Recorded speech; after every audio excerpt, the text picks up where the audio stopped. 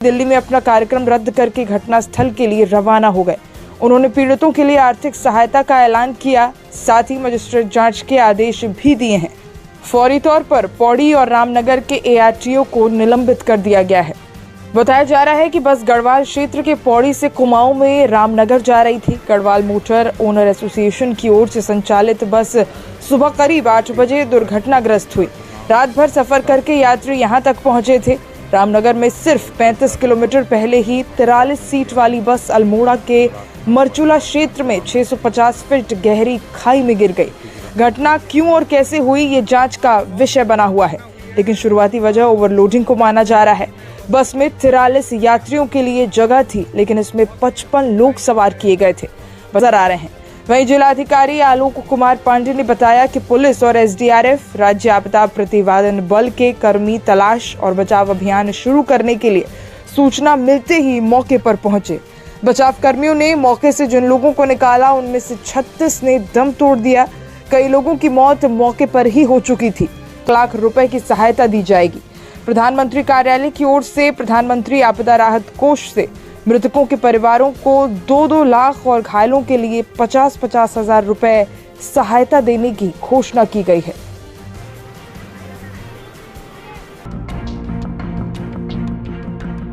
अल्मोड़ा मारचूला बस हादसे में बारात मल्ला गांव के लोगों की सबसे ज्यादा 6 मौतें हुई हैं। पूरे गांव में मातम पसरा हुआ है। गांव में किसी ने अपने माता पिता को खो दिया तो किसी ने बेटा और बेटी, किसी के माथे का सिंदूर उजड़ गया तो किसी का भाई इस दुनिया से चल बसा। मंगलवार को भी इस गांव में चूल्हे नहीं जले। बस में गांव के 16 लोग रामनगर जाने को सवार हुए थे। अमर उजाला की टीम जब बारात गांव पहुंची तो सभी घरों में मातम व सन्नाटा पसरा हुआ था। हादसे में राकेश ध्यानी, उनकी बेटी मानसी की मौत हो गई। राकेश बारात गांव में चक्की चलाते थे और एकमात्र कमाने वाले थे। उनकी बेटी मानसी काशीपुर में पढ़ती थी। वो मानसी के रहने की व्यवस्था करने के लिए काशीपुर जा रहे थे। उनकी मौत के बाद उनकी 78 वर्षीय मां भगवती देवी और पत्नी सविता देवी का रो रो कर बुरा हाल है। मैं तो घर में थी, तब तक फोन आया कि वहाँ से गाड़ी गिर गई। तब मैं आई, उसमें मेरा बेटा भी था। क्या नाम है बेटे का? बेटे का नाम राहुल भदौला। कितनी चोट लगी है उसे? उसके सिर में टाँके आ रखे हैं, 15 आ रखे हैं, 12 आ रखे सिर में, और हाथ फ्रैक्चर हो रखा है। कहाँ से कहाँ आ रहा था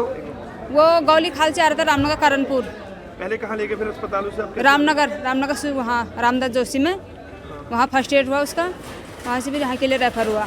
क्या बता रहे बस का कारण, हादसे का कारण? पता नहीं भैया, हमें तो अभी कुछ पता नहीं। हम तो हफरा तफरी में ऐसे ही आए। उतरना था मरचूला से पहले ही बैंड पे गाड़ी का कुछ पार्ट वार्ट खराब हुआ, ओवरलोड हुई, गाड़ी सीधे गई नीचे।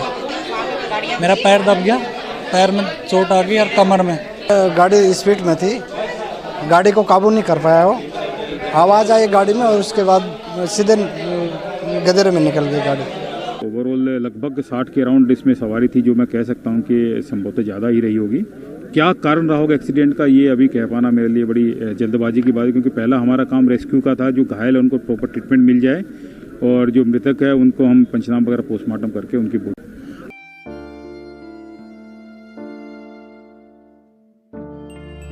सुबह बस में सवार होती इनकी आंखें नम तो थी, लेकिन ये आंसू अपनों से कुछ दिनों के लिए जुदा होने भर के थे।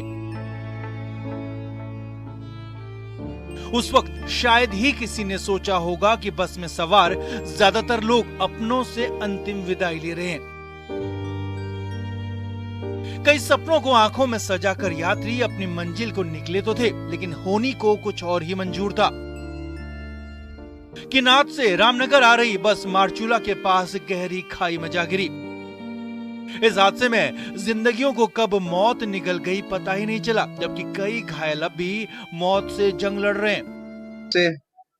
इसमें जिनकी डेथ हुई है उनको 4 लाख उनके परिवार को देने की घोषणा हुई है, और जो घायल हैं उनको 1 लाख रुपए की माननीय मुख्यमंत्री जी की ओर से राहत देने की घोषणा हुई। 4 लोग ऐसे थे जिनकी ज्यादा स्कल में इंजरीज थी, उसमें से 3 को अभी माननीय मुख्यमंत्री जी के निर्देश पे हेली एम्बुलेंस से एम्स को रवाना कर दिया गया है, और एम्स से भी एक डॉक्टर्स की टीम रामनगर में भी आएगी।